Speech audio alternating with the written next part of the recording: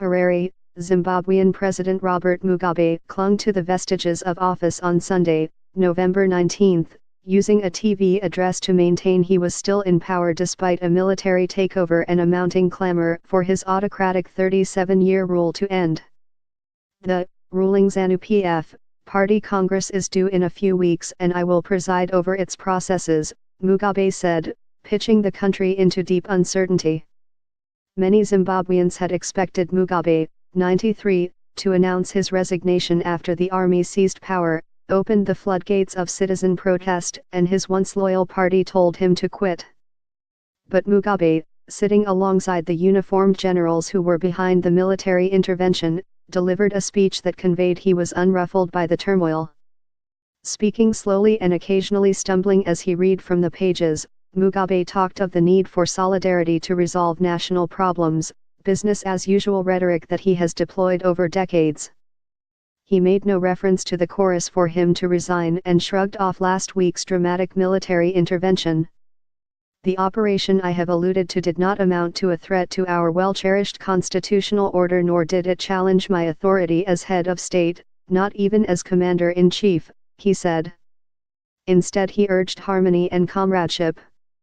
Whatever the pros and cons of how they, the army, went about their operation, I do acknowledge their concerns, said Mugabe.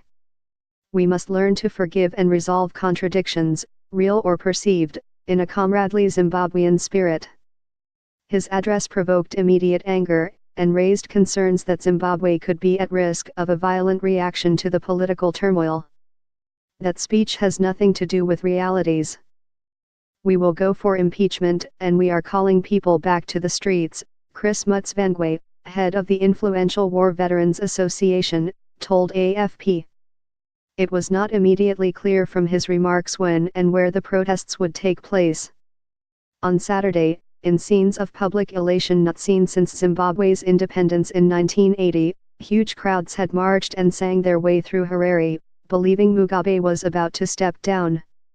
Succession battle highlighting the contradictions in Zimbabwean politics, the ruling ZANU-PF party sacked Mugabe as its leader earlier on Sunday and told him to resign as head of state, naming ousted Vice President Emmerson Mnangagwa as the new party chief.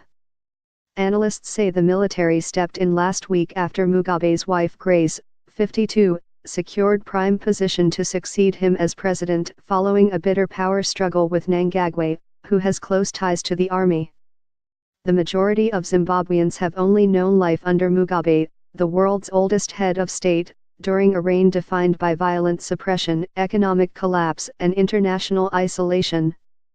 Sources suggest Mugabe has been battling to delay his exit and to secure a deal guaranteeing future protection for him and his family.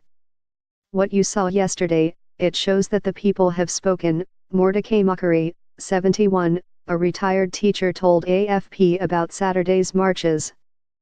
All we want is peace, a good life with a working economy that creates jobs for our people.